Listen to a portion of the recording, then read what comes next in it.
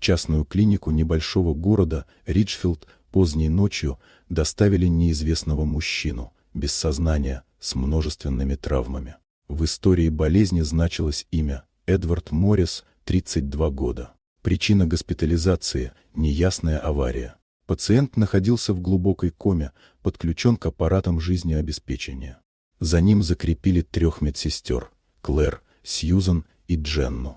Разные по возрасту, но одинаково преданные своей работе. Клэр часто говорила: «Сердце у него сильное. Такое ощущение, будто он слышит нас».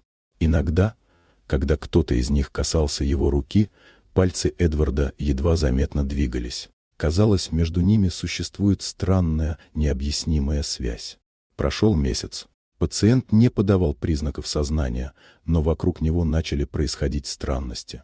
Сначала Клэр почувствовала тошноту, потом Сьюзан заметила задержку, а вскоре Дженна, которой было за 40, вдруг обнаружила, что беременна.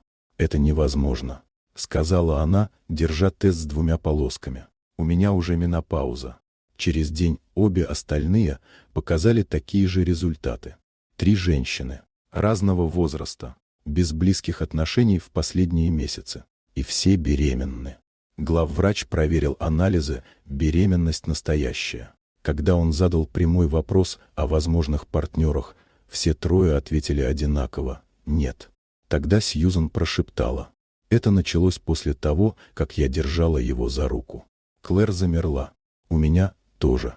Вскоре они заметили, каждый раз, когда кто-то из них говорил с Эдвардом, приборы показывали всплеск пульса. А ночью им снились одинаковые сны. Эдвард, здоровый, улыбающийся, разговаривает с ними, благодарит за заботу.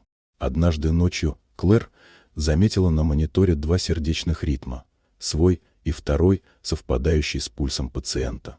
Через день такое же увидела Дженна. А потом они заметили на теле Эдварда едва заметные светящиеся линии, будто под кожей проявлялся узор. Они появлялись именно тогда, когда рядом находилась одна из женщин.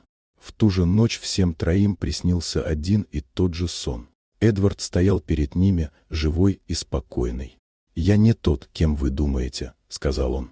«Меня преследовали за то, что я участвовал в проекте по соединению сознаний. Когда мое тело отключилось, моя энергия искала путь выжить. И вы стали этим путем.